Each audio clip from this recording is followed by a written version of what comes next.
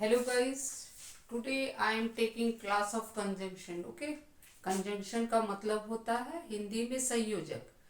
तो कंजंक्शन क्या है? दो सेंटेंस या ग्रुप ऑफ वर्ड्स को जोड़ने वाला या फ्रेज को जोड़ने वाला है। आगे पढ़ा चुके थे कि फ्रेज क्या है। Phrase is just a group of word, sometimes it is not a complete sentence. तो कंजंक्शन जो है या तो दो सेंटेंस को जोड़ेगा, या एक सेंटेंस एक फ्रेज को जोड़ेगा, या दो फ्रेज को जोड़ेगा। ठीक है, ओके।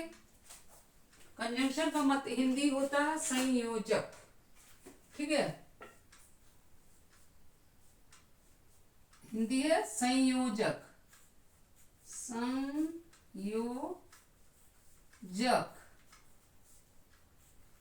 संयोजक, संयोजक। इसका मतलब होता है जोड़ना। ठीक है, जोड़ना। किसको जोड़ना? दो सेंटेंस, दो फ्रेज, या एक सेंटेंस एक फ्रेज। ठीक है, ओके। तो पहला हम लेते हैं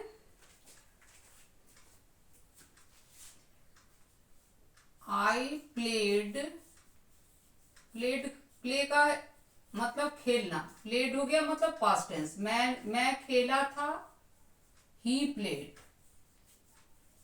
he played, I played, he PLAYED played. ये दो सेंटेंस है, दोनों कंप्लीट सेंटेंस। वो मैं खेली थी, या मैं खेला था, वह खेला था।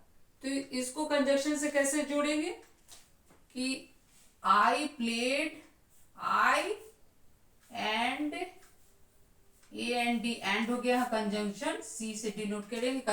एंड का मतलब और। He played, I and he played. तो यहां दो सेंटेंस को जोड़ दिया। ठीक है, आई एंड ही प्लेड। तो यहां ये कंजंक्शन एंड हो गया। एंड का मतलब और होता है। ठीक है, फिर दूसरा है, दूसरा हो गया ये। हाँ, पहला एंड कंजंक्शन हो गया। पहला कंजंक्शन क्या है? And, AND, and. दूसरा कंजंक्शन क्या है? But, BUT, but. बट का मतलब क्या होता है? लेकिन, लेकिन। बट का मतलब क्या होगा? लेकिन। I am rich but he is poor.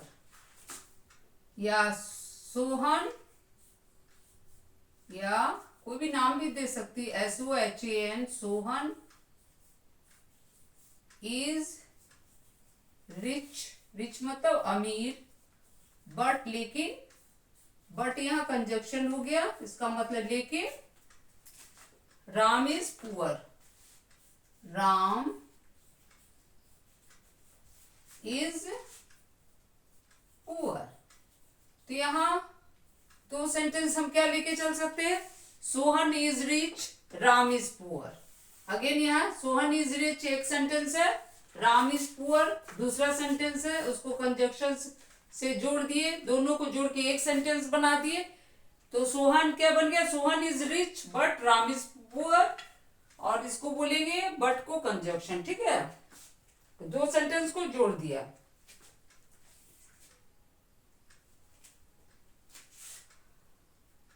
और मतलब या। और तीसरा कंजंक्शन क्या ले रहे हैं?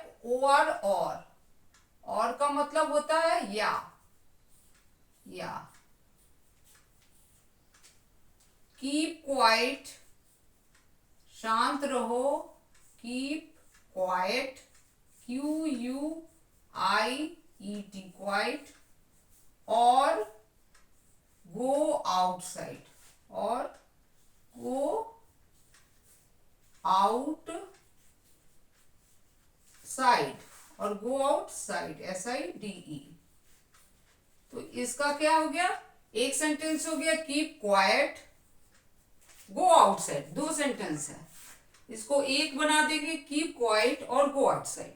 अगर मैं क्लास ले रही हूं तो कोई बच्चे, कोई भी थोड़ा अशांति फैला रहा है या कुछ डिस्टर्ब है, तो हम क्या बोलेंगे?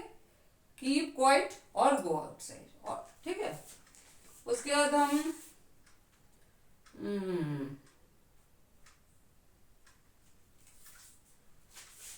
इफ, ये तीसरा हो गया, चौथा होगा इफ। इफ का मगर मतलब होता अगर। इफ का मतलब अगर।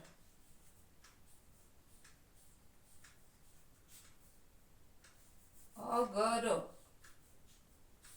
तो कुछ भी बना सकते हैं, जैसे कि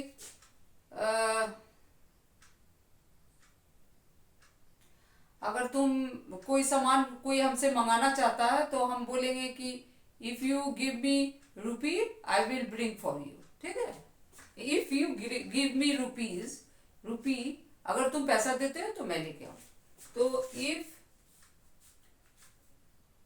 या आगे भी आ सकता है, या बीच, दो सेंटेंस बीच में भी हो सकता है। जैसे कि बीच में हम करेंगे कि I don't know, I don't, do not know. Do not का शॉर्ट शॉर्ट क्या होता है, डोंट, ऊपर कॉमा लगाते हैं, do not know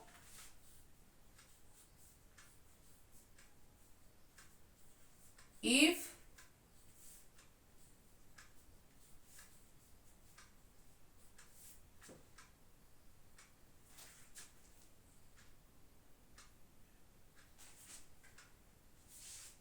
if he, या दूसरा सेंटेंस हो जाता है। इसको ऐसे छोड़ देते हैं, दूसरा सेंटेंस वही पहले वाला ही ठीक था।